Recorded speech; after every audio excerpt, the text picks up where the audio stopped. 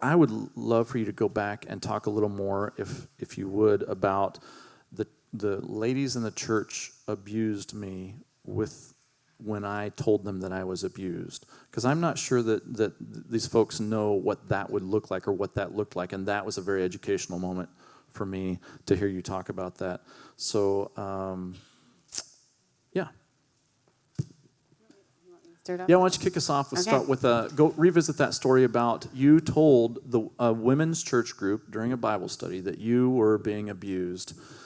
Well, it didn't really start, it did start with, when we left college and we moved to Florida, we went to, seeking out women so that I wouldn't be isolated. Now, coming from a Bible college and from biblical studies, I was not looking really for Bible study. I was looking for women and having relationships. So I went to this one Bible study at this church that we were going to. Loved the church.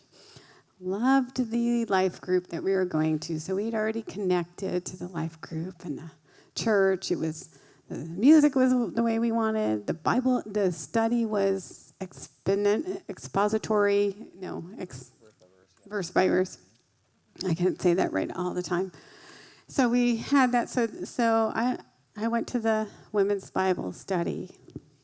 And that day, they were studying Ephesians chapter 5, verses 22 through 28. I had not discussed that particular passage with anyone.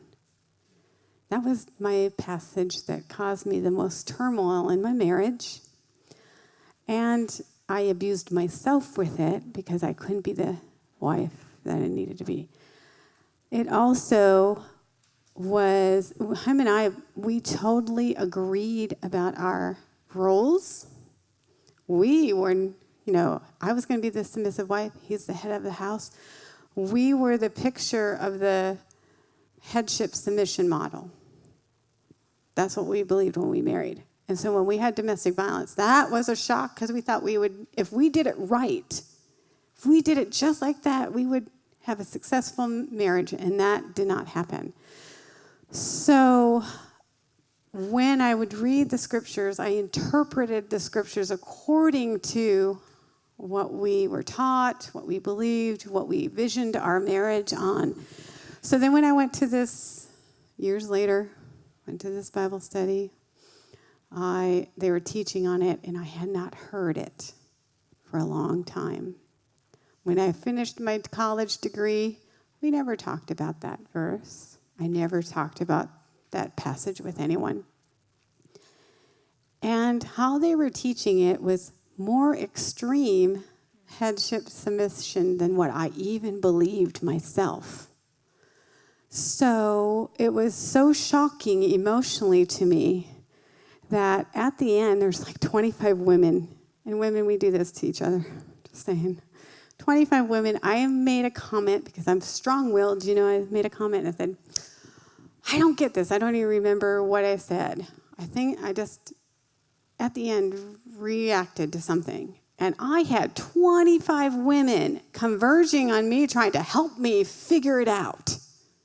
I didn't want to figure it out. They were trying to help me to understand why it is the way it is. And I was resisting that. So the more they did that, the more emotionally upset I got. I had to run away from that group, and I ran to the bathroom because I couldn't control my emotions. And I sobbed so loud they could hear me. I was so embarrassed. But I came back out, and everyone was tiptoeing around me. And so one of the ladies in the group, who is assistant Bible study leader, she was in our life group. We were befriending each other. She calls me, she said, I know that something's going on, but I don't know what it is. And if you could, if you want to talk about it, I'm here. Well, she called me. I said, no, I'm good. Because I knew she was like me before when I first got married. It's like, I'm good. No, I don't want to talk to you about it. So then she called again. oh, if you want to say something. I said, okay, I'll tell you. So I told her what was going on, that I had domestic violence, blah, blah, blah, blah, blah. I went on, and she goes, oh, honey. She's only a year older than me. She goes, you know what? I'm sure there's a lot of women in our group that might need to hear your story. Why don't you tell your story next time you get together? Just pray about it and see. So I prayed about it. I was like, no, that was it. No, but I started writing it down, and I wrote down exactly what happened to me and how I changed from believing this way what they were teaching. I wrote it all down, and I knew I had to read it. So when I went to the group, I read it, and the look on the leader's face was so not amazing. She was not expecting it, because I said, I have changed my paradigm, and this is why. This is what has happened to me. And I said that, but I did not know that at that time, I created some division between me and the leaders there. I figured, okay, that was amazing. I was able to tell my story, and I'm okay. So I became a leader of youth group, had the degree, could do all that stuff. And 9 months later, we were involved. He was on the worship team, right? You're on the worship team. I was involved with the youth, and we started reading another passage in 1 Peter 3. Another passage I had thoroughly studied in my abuse. And I thought, what they're saying about that is not culturally appropriate. So I think maybe there's someone in here with my idea who might be suffering like me. And I started to say, let me tell you something about this passage that I learned. And it was that time they were trying to get me to stop talking. I didn't notice. She thought I should notice, but I didn't notice. And she brought me before went to the pastor and said, she is not following the biblical mandate. And that was the extreme form of the headship submission. So I thought, so the pastor called me in to talk to them, and I thought, well, maybe they just want to see my viewpoint. Well, I learned, my husband came in, and I kind of was reserved because I had been in a conversation before, and I learned that you don't defend yourself. I had not with domestic violence, but something else in college that I went through with some leaders, and I learned that defending myself did not help; it made it worse. So I went in with, I'm not defending myself. I'm going to explain what I'm talking about. Maybe they want to hear from me, but that's not what it was.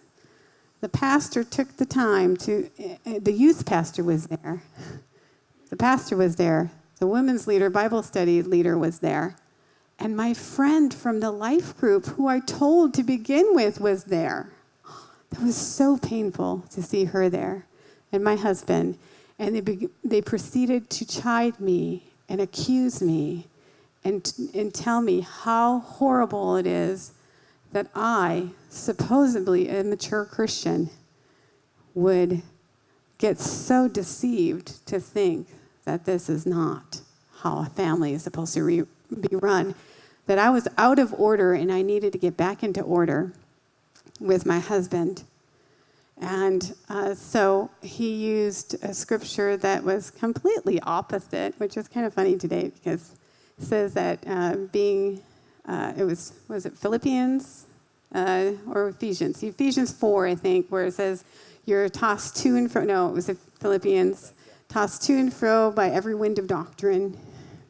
And I said, oh, you don't know that I talk to Jehovah's Witnesses. You just don't know anything about me, which is fine. But he said one thing that made me hide it for 8 years. And the pastor said to me, he said, domestic violence is always going to be your issue, and you will never be able to teach the Bible to anyone until you change how you think. And I said to myself, actually, domestic violence helped me to study what I believed. And when I studied what I believed, I was a little shocked that it wasn't, what I believed was actually not in Scripture. Fortunately, I had a spiritual mentor during the abuse who I called. When he confessed it, I called this spiritual mentor. She was not in the same state, so I couldn't run to her house. And I said, I know I'm supposed to be this and this and this and this. And she just let me go on. And I was crying because I was going to tell her before he did. So I told her, and then there was this big pause, and she said, who told you all those things, Brenda? And I said, we went to the same church. We studied under the same pastor. What do you mean, who told me? This is just the way it goes. You never said anything different. She said, I'm going to challenge you to study Scriptures. Forget everything you knew and go back and study women and marriage and roles. Study it all. And so that's what I did. And that's what I did before I got to this women's Bible study. It would be 4 years later. And so by studying it, I came to the realization that submission is not wrong. It's just not what we made it to be. Submission is actually required from both. It's a mutual submission. Headship is the only way that a person is supposed to be head of their wife, or a husband is to be head of their wife, is to serve and love them like Jesus. There is no other way. No, it's not authority over. It is servanthood, and that is how you're head. If you're going to be head, this is how you have to do it, by serving her. So anyway, when we left that Bible study, my husband was probably more angry than me, but I internalized it, and I said, I will never be told that again. So I will never talk about that issue again. Nobody's ever going to tell me I can't teach the Bible. And so I didn't talk about it. You know, sadly, the analogy that this church used, that strongly believed in the headship, submission, top-down model, when we described the way our marriage works at that point, they called us a two-headed monster. Okay, now, I'm going to say to them, in response to that, is like, we're not a two-headed monster. We're a partnership, okay? And in any partnership, both partners better have equal say in what's going on with the business, in this case, the business of a marriage, okay? That's not a two-headed monster. That's an appropriate relationship, okay? Thank you. For the sake of time, what I'd like to do is kind of go down the stuff on my list that we were kind of hoping to touch, and I'll just speak the principles. And if I misspeak them, or you want to add something to that, does that sound like a good approach? Many abusers do not think that what they do is abuse. Correct. Hey, I don't hit anybody, so I'm not being abusive. And there are many other forms. See, the sad part is that all the forms of abuse inside that wheel you're looking at on your hand out there, almost all of them will not get you thrown in jail. Just about all of them. The only exception would be if you make a field person afraid, that will get you put in jail. Okay, but everything else on that wheel, on the inside spokes there, will destroy a relationship, but it's not a jailable offense, sadly. And the other principle is it is not just men abusing women. It is possible, it happens, where women abuse men. It's just less frequent that it is that way. More often it is the man abusing the woman, which is why, and that is the case up here, which is why we have spent most of our time addressing that. Either if you want to speak to the other side, quickly about maybe some patterns of women abusing men. Harmony House does provide shelter for men. We've done that for 3 years. And I'm still learning in how to respond to men or how to help men deal with it. There is quite a difference, but then there's similarities as well. For men are actually more embarrassed. Well, I don't know if they're more embarrassed, but it's an 80-20. So women are still victims 80% versus the 20%. We see that with how many men do come to shelter, because just as many women don't report it as much as men. Men seem to be more ready to move on. However, there are some that are still really tied to that relationship because their identity has been part of that relationship. They don't necessarily work. The ones that are very much tied into that relationships are ones that are far more dependent on that woman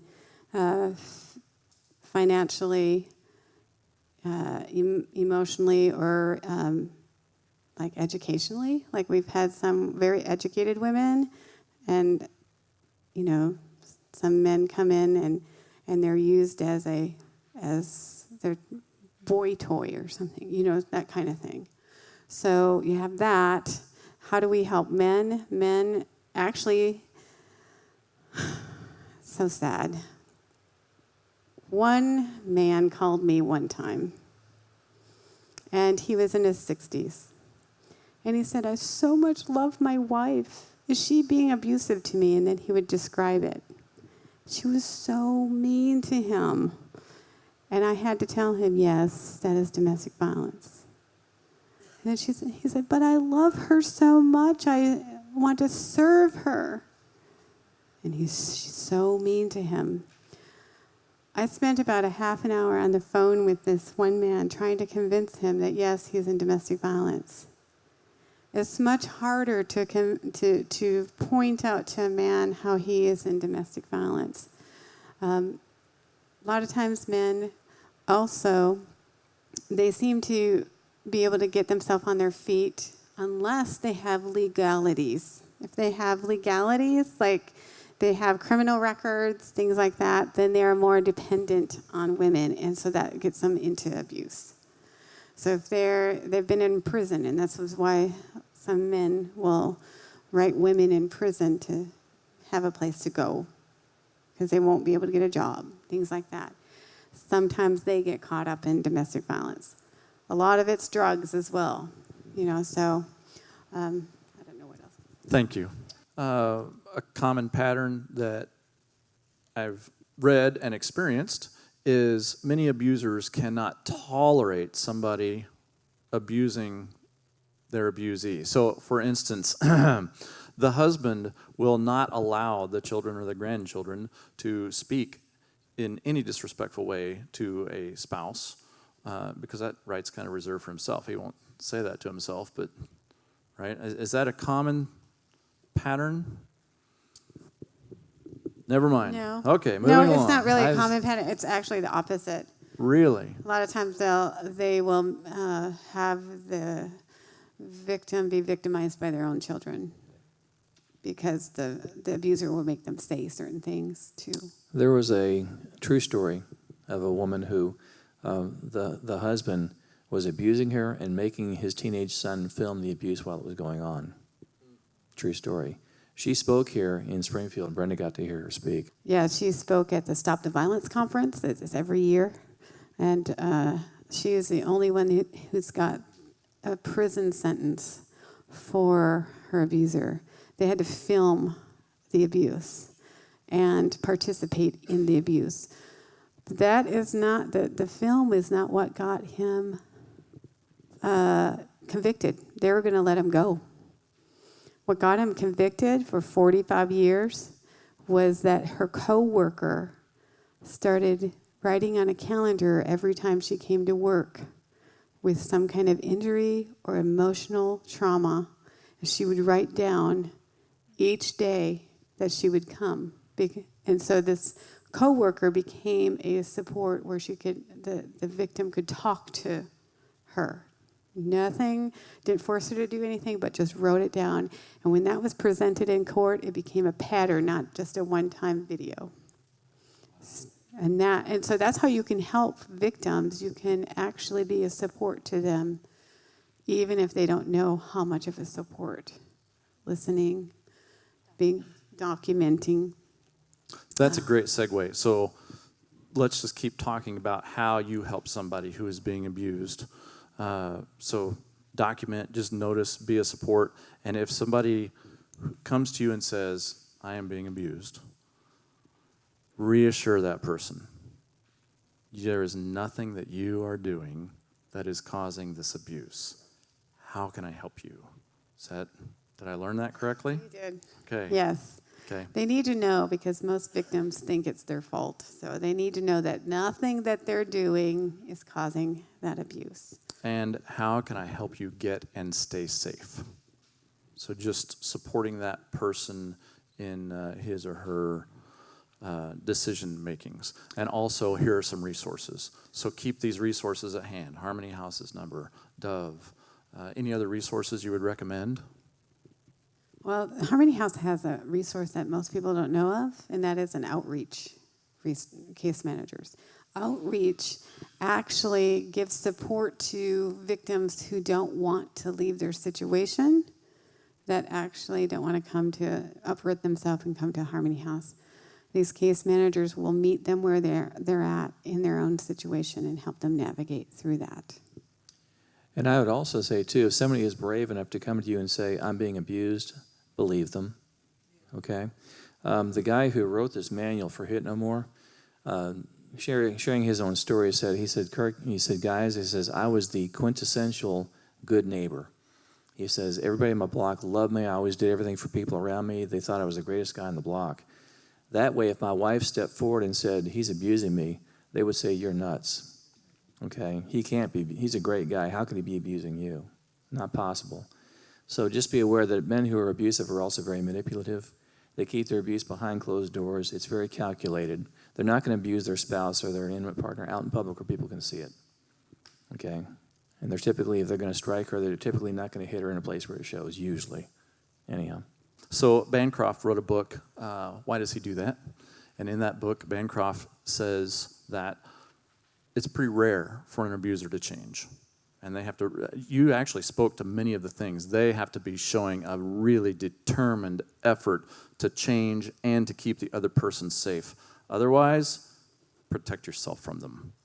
I mean, and we're a pretty rare story. As a matter of fact, we talked about, we kind of wince to sit up here and say, hey, we've had healthy marriages abuse-free for years and years. We got healthy because that is the hope of many abusees.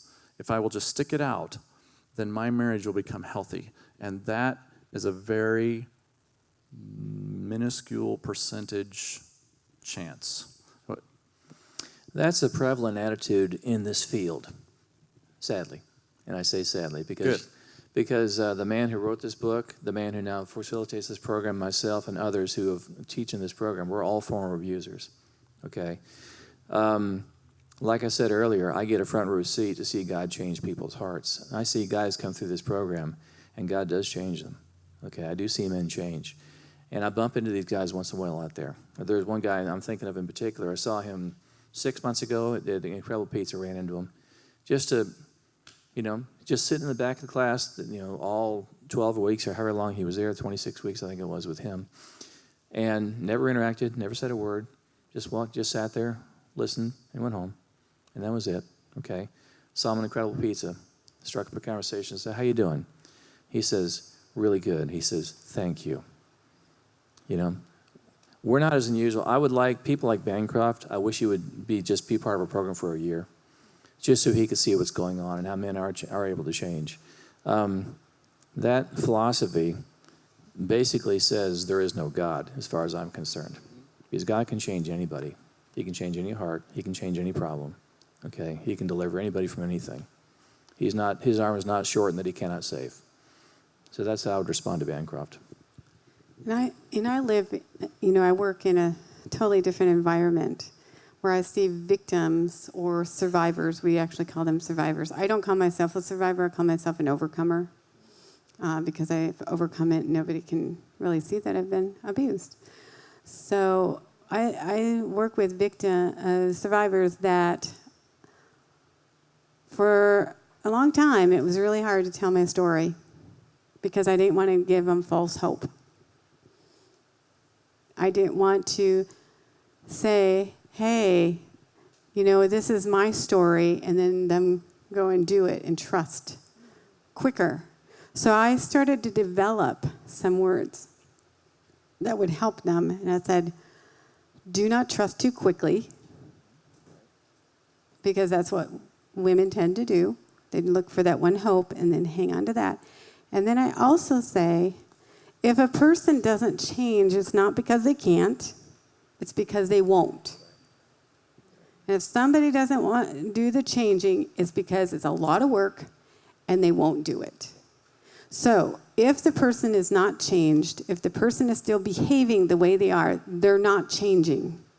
And it's not because it's you that is making them not want to change. It's because they don't want to do the work. So don't go that direction.